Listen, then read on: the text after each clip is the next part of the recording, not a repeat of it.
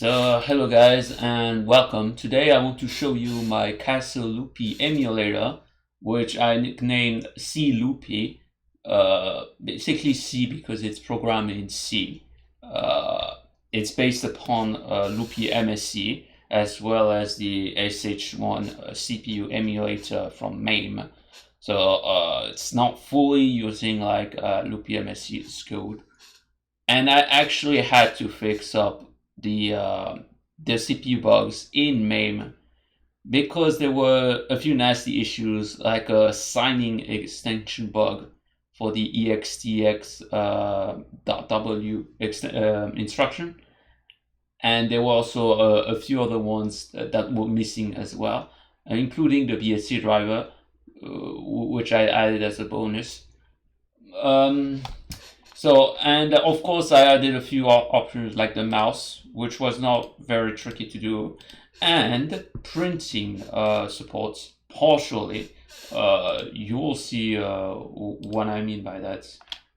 So first of all, let me show you I also added ADPCM support for the Wan Wan dog game.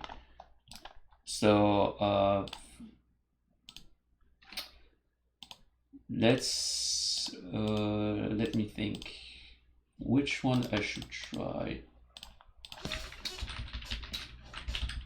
Let's just go with like the dog game.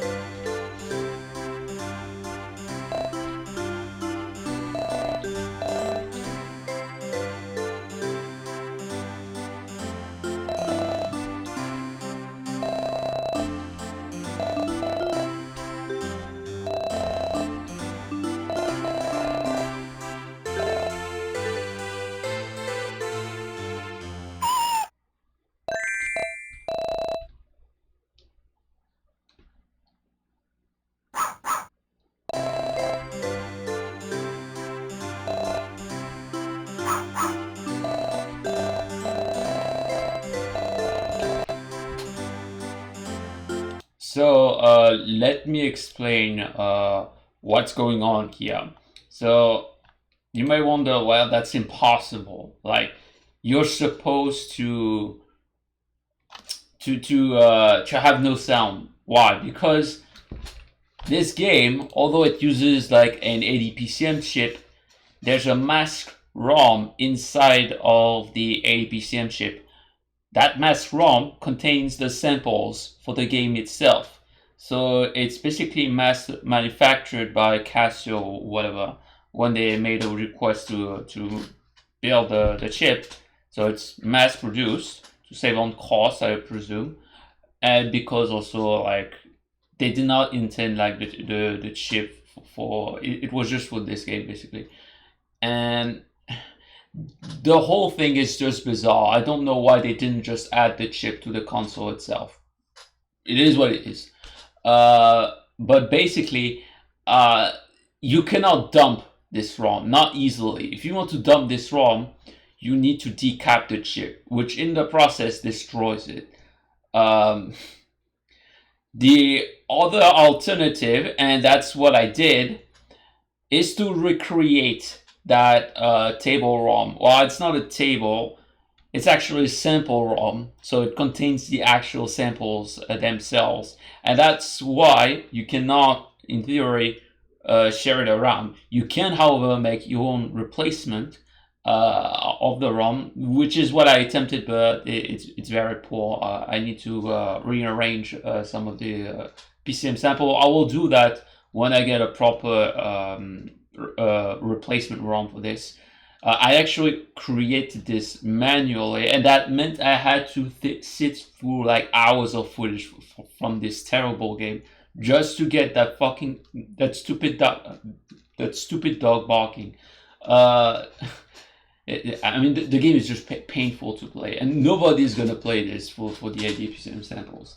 But anyway, because of this, if you do not provide a ROM, it's gonna use the built-in ROM, or you can disable it and have no sound, your choice.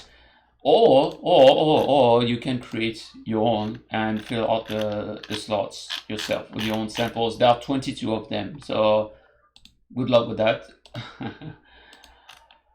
But anyway, that game is pretty much playable now, sort of. Well, it was playable before, but now you can have, in theory, the ADPCM sounds, albeit in a very unconventional way. But you know, realistically, that's the better option because I don't expect most people to decap their ADPCM ROM just to destroy the cartridge in the process.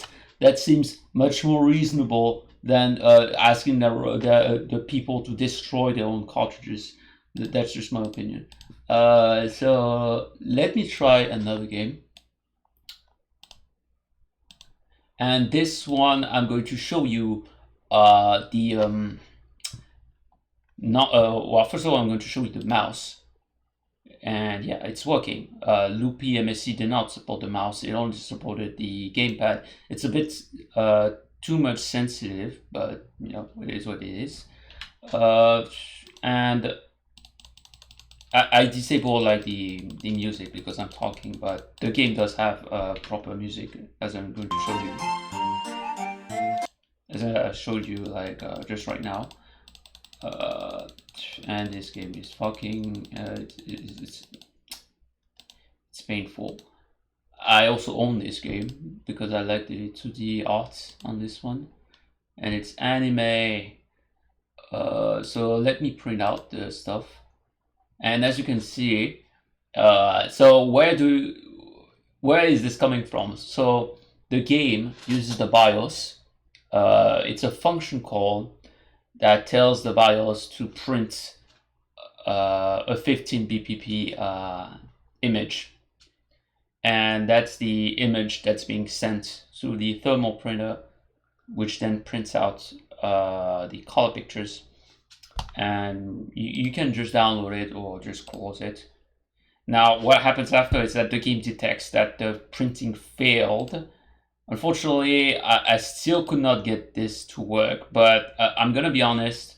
Well, maybe if I tried hard enough, I could make this work. But honestly, like it works. It works fine. It's just more annoying because you have to deal like an error message, and right after error message, no, and yes, and you can do it for all of them. And it works with other games too. I've tried it with Anime Land, and the printing worked there as well. So that's cool. The other thing that I want to show you is accuracy for homebrew games specifically. So I'm going to put a ROM that's not supposed to work. This is a test ROM that's not supposed to work. I'm pressing all of the buttons. It does nothing. If I was using this ROM on Loopy MSE, it would actually incorrectly work. The reason why is because you need to set a bit on the BDP to tell it to, well, to be able to use controllers. It's a weird setup. You need to set a specific bit to enable controls. If you don't do that, the controls do not work. So now let me upload the ROM, the same ROM that does work, and as you can see, the VDP controller bit is properly emulated. So I think I'm gonna stop there because I did fix like some other issues. So the CPU core actually comes from MAME, but that CPU core actually had issues. It would not even run like cascade effects, the title screen, because there was a signing extension bug on the exe s.w instruction. it would just collapse from 300 to 0. So the cube would not show up. When I say 300, it's like in fixed point, but you get the idea. And of course, you can decide to pause the soft reset. It's also duplicated here if you prefer. And of course, you can save. So let me show you with like a proper game, or any game really. I'm going to save here, and I'm going to load. As you can see, it works. And I'll just let the game continue. There we go, and I can load back to the BIOS.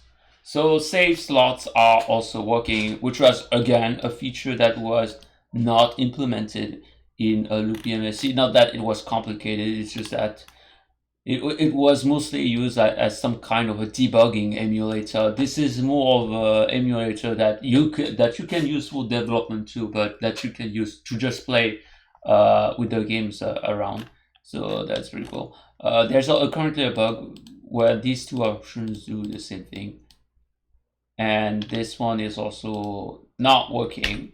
So that's something I actually need to fix. So you just stick with that option, but otherwise it's working. There's also a scan lighting effect, but I don't think you would like this. You can also apply bilinear filtering. You may not like this, although for this game maybe you like it with like CRTs. That would work better. I mean, some people prefer this with like the CRT effect that could maybe work decently fine with like the bilinear filtering, kind of like that CRT look. But honestly, I just prefer raw pixels. So anyway, guys, that's it for this video. If you want to try it yourself, then it's on my website right here. So thanks for watching, and bye.